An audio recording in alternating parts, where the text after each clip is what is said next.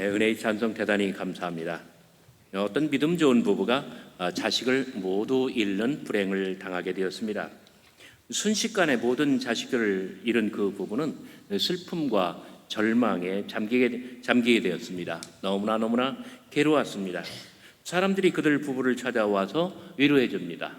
그런데 어떤 사람이 와가지고 이렇게 이야기를 합니다. 아이고, 조금만 더 주의하셨더라면 그런 불행한 일이 생기지 않았을 텐데 말입니다. 듣다 보니까 이게 무슨 말인지 모르겠어요. 이게 위로인지 아니면은 지적인지. 결과적으로는 그들 부부를 위로한 것이 아니라 이 잘못을 지적한 것이 되고 말았습니다. 그런 일이 있은 지 오랜 시간이 경과한 후에 부인은 그때의 그 경험을 이렇게 이야기를 합니다.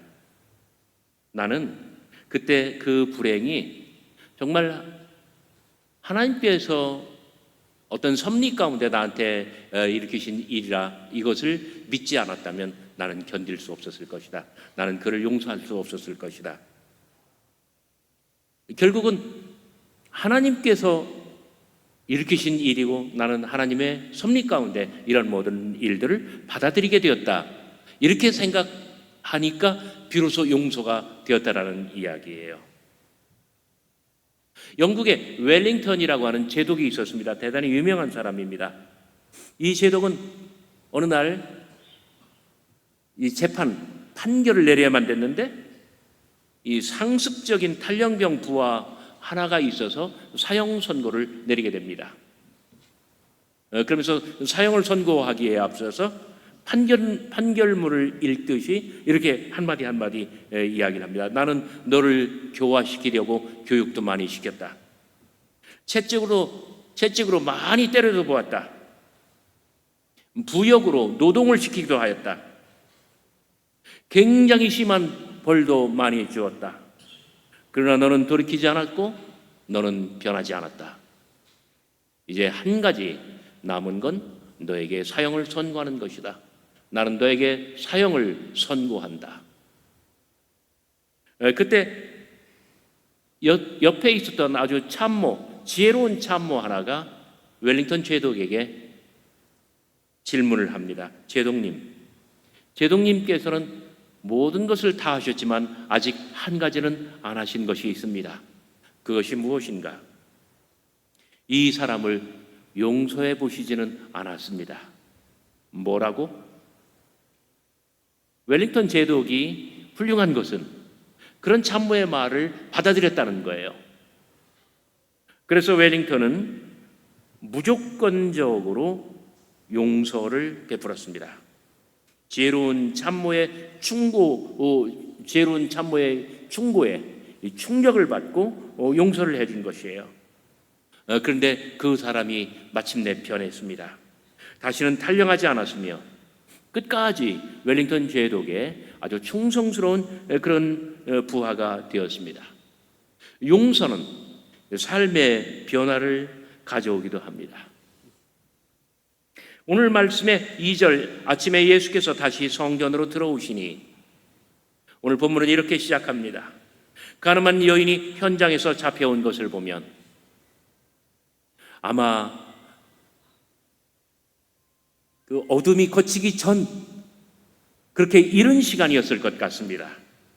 그런데 오늘 본문에 아침에 예수께서 다시 성전으로 올라오시니 이렇게 말한 걸 보면은 새벽처럼 그렇게 이른 시간은 아니었고 이 아침 중에서는 굉장히 이른 아침이었을 것 같습니다. 예수님은 아침 해와 함께 성전에 올라오십니다. 3절, 하지만 서기관들과 바리새인들은 가늠한 여자를 데리고 성전에 올라옵니다. 예수님의 동선 그리고 서기관들과 바리새인들의 동선, 이 두 개의 행렬이 예루살렘 성전 뜰에서 마주치고 있습니다. 오늘 본문은 죄를 범한 여인이 죄가 없으신 예수님을 만나는 이야기입니다. 일찍이 성 어거스틴은 한없이 용서를 베푸시는 예수님과 그리고 한없이 용서를 필요로 하는 이 여인이 펼치는 한편의 멋진 드라마라고 오늘 본문을 평가하였습니다. 오늘 본문에서 예수님의 동서는 신약의 복음을 대표합니다. 거기에 비해서 서기관들과 바리새인들의 동서는, 그들의 행렬은 구약 성서와 구약의 율법을 대표하고 있습니다. 이 두 개의 행렬이 예루살렘 성전뜰에서 만납니다. 5절, 서기관들과 바리새인들이 말을 걸어옵니다. 모세는 율법에 이르기를 이러한 여자를 돌로 치라 명하였나이다. 저들은 모세의 율법, 구약의 율법에 따라서 지금 당장 이 여인, 율법을 범한 여인을 돌로 쳐 죽이자고 합니다. 구약의 율법은 동형복수법입니다. 동형복수법, 무슨 뜻입니까? 인간의 죄는 거기에 합당한 형을 집행하는 법이라는 뜻이에요. 그것을 양형이라고 하죠. 그러죠? 빵을 하나 훔친 사람에게 이 손목을 자른다면 양형이 안 맞는 것이죠. 동형복수법이라고 하는 것은 양형에 잘 맞춰서 중죄를 범한 사람에게는 중벌을 내리고, 이 경범죄인에게는 이 경한 벌을 내려서 그 형태를, 그리고 그 형량을 동일하게 만들자는 뜻입니다. 엄한 법을 범한 중죄는 벌 또한 중하여 견딜 수 없는 고통을 당해야만 합니다. 5절, 모세는 율법에 이러한 여자를 돌로 치라 명하였나이다. 사람을 돌로 쳐서 죽이는 투석형이야말로 가장 잔인한 방법입니다. 인간 신체에 가장 큰 고통을 주되 바로 죽지 않냐고 서서히 죽어요. 그래서 그 고통을 극대화하는 그런 방법입니다. 이렇게 가혹한 처벌이 약자에게, 그리고 특히 여성에게 가해집니다. 간음은 여성 혼자 하는 것이 아닙니다. 그날 새벽에 간음은 이 여인과 또 다른 한 남자가 범했을 것입니다. 그러나 남자는 존재가 없습니다. 남자는 자취도 없습니다. 아마 그런 이른 새벽에 일찌감치 도주했을 것이고, 그리고 구약의 율법은 그에게 아무런 책임도 묻지 않고 있습니다. 참고로 남성에게 유대교 율법에서 간음죄란 존재하지 않습니다. 왜 그런지 여러분들 아세요? 유대교는 우리 유교하고 비슷해요. 그래서 모든 것들이 honor and shame, 명예와 수치의 문법을 기본으로 합니다. 그래서 여러분들 사극이나 옛날 영화를 보시면 남자들이 조선시대 기방에 가도 이게 수치가 되지 않잖아요. 그러니까 남자들의 이러한 자유분방한 행동은 가문에 수치를 주지 않습니다. 그러나 여성들의 이러한 행위는 분명 가문에 큰 수치를 몰고 옵니다. 그렇기 때문에 책임은 오직 여성에게만 묻는 것입니다. 5절, 서기관들과 바리새인들이 묻지요. 모세는 율법에 이러한 여자를 돌로 치라 명하였거니와 선생은 어떻게 말하겠나이까? 자, 모세의 율법은 1000년 넘게 이스라엘 온 유대인들이 다 지켜온 너무나 지엄한 율법입니다. 그들은 묻습니다. 선생은 어떻게 말하겠나이까? 서기관들과 바리새인들, 그들의 질문과 그들의 행태가 이상합니다. 자기들이 믿고 있으면 믿는 대로 돌로 치면 돼요. 그런데 왜 예수께 이 여인을 끌고 와서 선생 같으면 어떻게 하겠습니까? 입장을 묻느냐 말입니다. 예수님 공생애 전에 로마 제국은 유대 자치령으로부터, 유대 자치정부로부터, 구체적으로 말하면 산헤드린으로부터, 공회로부터 사형권을 빼앗아 갔습니다. 그러니까 유대 자치령에서는 이 사형을 집행할 수 없다는 말이에요. 그래서 예수님 순환사화에서도, 복음서 순환사화에서 예수님의 경우 어떻습니까? 그들은 가야바의 뜰에서 사형을 언도합니다. 그리고 직접 사형을 집행하는 것이 아니라 빌라도에게 넘겨요. 우리는 사형을 결정했으니 사형을 집행하는 것은 로마에서 하시오 하고 빌라도에게 넘기는 거예요. 여인을 예수께 데려온 저들의 계략은 너무나 분명합니다. 예수님께서 여인의 편을 든다면 그들이 보기에 예수는 유대교의 율법을, 모세의 율법을 전면적으로 부인하고 그리고 위반하는 꼴이 됩니다. 반대로 구약의 율법대로 이 여인을 돌로 쳐 죽이자고 한다면 그러면 그들은 당장 예수를 로마의 법을 부인하고 위반했다고 고발할 태세입니다. 마치 마가복음 12장 13절 이하에 나오는 세금을 가이사에게 바칠까 아니면 하나님에게 바칠까 하는 질문하고 같습니다. 그때 예수께서는 뭐라고 말씀하셨습니까? 데나리온 하나를 가져와라. 가져왔죠? 그리고 동전을 보이시면서 이 형상과 이 글이 누구의 것이냐? 거기에 가이사의 형상이 나오거든요. 그리고 로마 제국, 로마 정권이 이 화폐를 발급했다라고 하는 그 인스크립션, 그 글이 나오잖아요. 예수님께서는 말씀하십니다. 가이사의 것은 가이사에게 바치고 하나님의 것은 하나님에게 바쳐라. 머리 나쁜 사람들은 이 말의 뜻을 잘 못 알아들어요. 하나님, 그러면 가이사에게 바치면 되겠네. 그런데 뭡니까? 세상은 모두가 다 하나님의 것이에요. 가이사도 하나님의 것, 로마도 하나님의 것. 궁극적으로는 하나님에게 바치라고 하는 뜻이죠. 당신 같으면, 선생 같으면 어떻게 하겠나이까?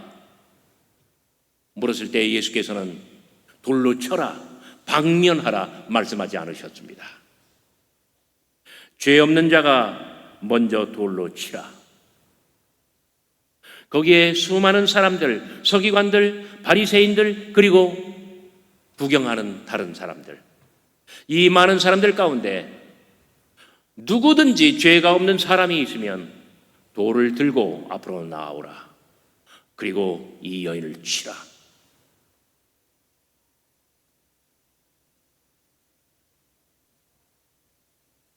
그들이 이 말씀을 듣고 양심의 가책을 느껴 어른으로 시작하여 젊은이까지 하나씩 나가고 오직 예수와 그 가운데 섰는 여자만 남더라.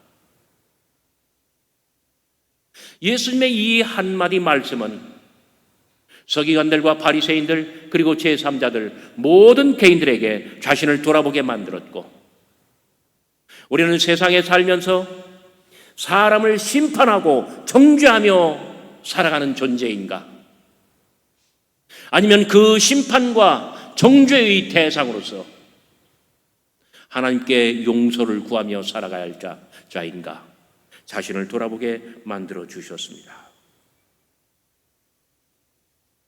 여자여, 너를 고발하던 그들이 어디에 있느냐?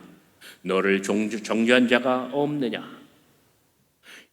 여인이 대답하였습니다. 주여, 없나이다. 예수님께서 말씀을 이어가시며 번면하십니다. 나도 너를 정죄하지 아니하노니 가서 다시는 죄를 범하지 말라. 나도 너를 정죄하지 아니하노니 가서 다시는 죄를 범하지 말라. 죄와 벌의 사슬은 폭력의 악순환입니다. 죄는 벌을 부르지만 벌은 죄를 완전하게 다스릴 수 없습니다. 나도 너를 정죄하지 아니하노니 가서 다시는 죄를 범하지 말라. 오늘 우리 모두를 향한 예수님의 질문은 이것입니다. 그대는 심판할 자인가, 심판받을 자인가? 그것도 하나님의 성전 안에서, 하나님의 보좌 앞에서 말입니다. 우리는 하나님의 보좌 앞에서 율법을 언급하며 율법을 들먹이며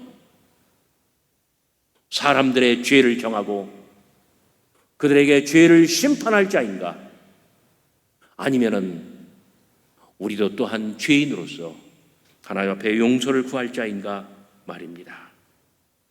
7절 그들이 묻기를 마지 아니하는지라. 이에 일어나 이르시되 너희 중에 죄 없는 자가 먼저 돌로 치라. 예수께서는 물으십니다. 도무지 누가 죄인인가? 이 여인이 죄인인가? 그렇다면 너희는 죄인이 아니란 말인가? 9절 그들이 이 말씀을 듣고 양심의 가책을 느껴 어른으로 시작하여 젊은이까지 하나씩 나가고 예수께서는 또다시 물으십니다. 양심은 있는가? 6절 8절 몸을 굽히사 손가락으로 땅에 써시니 6절에서도 그리고 8절에서도 두 번 표현합니다. 예수께서 몸을 굽히사 땅에 쓰시니 성서학자들 그리고 설교가들은 예수님께서 땅에다가 뭐라고 쓰셨을까를 궁금해해요. 그리고 막 그 좋은 머리로 한껏 막 상상하고 추리하고 그리고 결론을 내요. 아마 이렇게 쓰셨을 것이다. 그때 쓰신 문자는 아람어였을 것이다. 그러나 본문은 아무것도 말하지 않습니다. 예수께서 무엇을 쓰셨는지 우리가 결론을 내릴 수 없습니다. 본문은 그저 예수께서 땅에 뭔가를 쓰셨다라고만 이야기를 합니다. 쓰시기 전에 예수님께서 먼저 몸을 굽히셨습니다. 몸을 굽히사. 우리는 세상 살 때에 우리 주님처럼 몸을 굽히고 낮은 자세로 겸손하게 하나님과 사람들 앞에서 이렇게 나보다 남을 좋게 여기고 나를 낮추며 이렇게 겸손하게 살아야 할 우리의 자세를 일깨워 주십니다. 누가 죄인입니까? 그대는 하나님의 보좌에 앉아 심판할 자인가 아니면 하나님 앞에 용서를 받을 자인가? 땅에 손가락으로 쓰시니 여러분 예루살렘 성전에 가보셨습니까? 예루살렘 성전 뜰은 매우 단단한 돌판입니다. 예수님께서 무엇을 쓰셨는지 우리가 유추하고 그리고 그 결론이 맞다 할지라도 예수님께서 확실하게 무슨 말씀, 이 말씀을 쓰셨다 할지라도 여러분 예루살렘 성전들은 돌판입니다. 예수님이 무엇을 쓰셨든 쓰실 때 어떻게 쓰셨을까요? 손가락으로 뭐 정이나 아니면 뭐 끌이나 뭐 이런 것이 아니에요. 손가락으로. 여러분 검지손가락 이 볼 얼마나 부드럽고 얼마나 연약합니까? 이 볼로 돌판 위에 무엇을 쓸 수가 있겠습니까?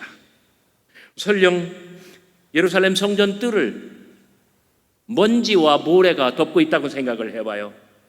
연한 손가락으로 날카롭습니까? 무딥니까? 무딥니다.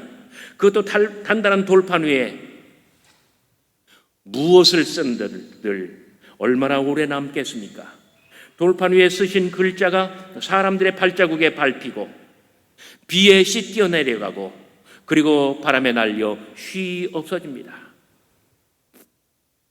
이웃의 잘못도 형제의 범죄도 사람의 약점도 오래 기억하지 말고 길이 간직하지 말고 다 잊어버리고 쉽게 다 버리고 그리고 다 없애라는 뜻입니다. 톨스토이가 멋진 말을 전했습니다. 그대에게 죄를 지은 사람이 있거든 그가 누구이든 그것을 잊어버리고 용서하라. 바로 그때에 그대는 용서의 행복을 누리게 될 것이다. 누구를 용서하거나 누구에게 용서를 받고 생기는 기쁨이란 사람의 입으로는 감히 표현할 수 없는 큰 기쁨입니다. 마치 하늘의 질투심이라도 자극할 만큼 하늘의 천사들도 부러워할 만큼 시기할 만큼 그렇게 큰 기쁨입니다. 예루살렘 성전에서 만나는 두 개의 행렬이란 각각 모세의 시내산과 예수님의 갈보리 산을 대표합니다. 모세의 시내산이 낸 것은 구약의 율법, 동영 복수법입니다. 그래서 눈에는 눈, 이에는 이라고 합니다. 누군가 와서 내 눈알 하나를 뽑아갔으면 나도 쫓아가서 그 사람의 눈알 하나를 뽑아올 수 있다는 이야기입니다. 이도 마찬가지입니다. 빼앗겼으면 찾아오면 되지요. 당했으면 보복하면 되지요. 그런데 이게 동형복수법이 지켜지지를 않아요. 왜냐하면 감정이라는 것이 개입되고요, 상황이라고 하는 특수성이 또 전제됩니다. 내 눈 하나를 뽑아갔어요. 그런데 그 분노, 그 참지 못하는 감정, 쫓아가가지고 눈 뽑을 때 하나 뽑겠습니까? 2개 뽑겠습니까? 성질대로 하면 3개, 4개도 뽑겠는데 2개밖에 없어요. 그래서 2개만 뽑는 거예요. 그러니까 인간이란 이런 존재예요. 동형복수법의 어떤 취지는 무엇입니까? 우리가 어떤 행동을 결정할 때 나도 눈 하나를 뽑힐 것을 각오하라고 하는 그런 어떤 책임성을 강조하는 거예요. 그러나 인간이라고 하는 존재는 감정의 존재고, 자신의 감정을 억제하지 못하고 내가 당한 것 이상 분을 풀이하며 내가 손해본 것 그 이상 너도 한번 손해봐라. 대개는 그렇게 되잖아요. 그러나 예수님의 갈보리 산이 낳은 것은 복음과 은혜입니다. 복음과 은혜는 무엇입니까? 기독교 진리란 무엇입니까? 기독교 진리는 십자가형과 피 흘림입니다. 돌에 맞고 피 흘리며 죽을 그 여인을 대신하여 예수님께서 채찍에 맞고 그리고 살을 돌이며 피를 흘려 대신 돌아가셨다는 것입니다. 나사렛 예수의 피로 구속하는 사역은 하나님의 확고한 의지입니다. 왜 하나님께서 이 길을 택하셨는지 설명할 수는 없습니다. 그러나 하나님은 변함없이 이 방법을 채택하시고 세상 모든 사람들을 오직 이 방법으로만, 당신의 아들이, 당신이 직접 피를 흘리고 대신 못을 받아, 창을 받아, 가시면류관을 받아 우리 모두를 구원하는 것입니다. 우리 죄를 용서하시는 하나님은 죄를 땅속 깊이 매장한 후에 땅 위에 아무런 표식을 남기지 아니하셨습니다. 용서를 받으면 그뿐입니다. 만일 하나님께서 용서하시기를 거부하셨다면 천국은 텅텅 비일 것이며 온 세상은 죄인으로 가득할 것입니다. 벨마 바필드는 미국에서 여자로서는 처음 사형 집행을 받은 사람입니다.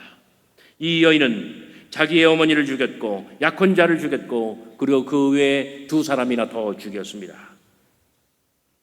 그런데 벨마 바필드는 감옥살이 중에 예수 그리스도를 자신의 삶에 영접하였습니다. 그의 가까운 친구인 앤 그램 러스에 의하면 벨마는 말년에 독실한 신자가 되었습니다. 그럼에도 불구하고 사형 집행 시간은 한 발자국 한 발자국 다가옵니다. 벨마는 너무나 불안했습니다. 벨마 바필드는 죄의 용서에 대한 아주 강한 확신이 필요했습니다. 로츠 부인은 벨마 바필드에게 찾아가서 이렇게 물었습니다. 바필드, 벨마, 바닷가를 거닐면서 개들이 들랑달랑하는 이 작은 구멍을 보신 적이 있나요? 네, 본 적이 있습니다. 그러면 어린아이들이 바닷가에서 모래성을 쌓고 차들이 들락달락하는 그러한 모습을 본 적이 있습니까? 네, 본 적이 있습니다. 그렇다면 벨마, 수로를 넓히기 위하여 기중기로 땅속 깊이 판 거대한 구멍을 본 적이 있습니까? 네, 있습니다. 있고 말고요. 로츠 부인은 요점을 설명했습니다. 당신은 작은 구멍, 중간치 구멍, 그리고 거대한 구멍 모두를 다 보았습니다. 벨마.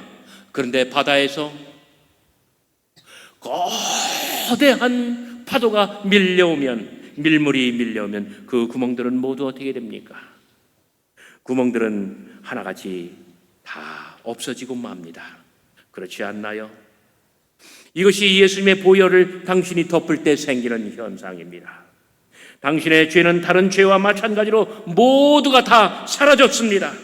작든지 중간이든지 큰든지 관계없이 모든 죄는 갈보리 산에서 십자가 위에서 전부 다 없어졌고 십자가 위에서 다 사라진 것을 믿으시기를 바랍니다. 우리가 예수를 마음속에 구주로 영접한다면 우리는 두려워할 필요가 없습니다.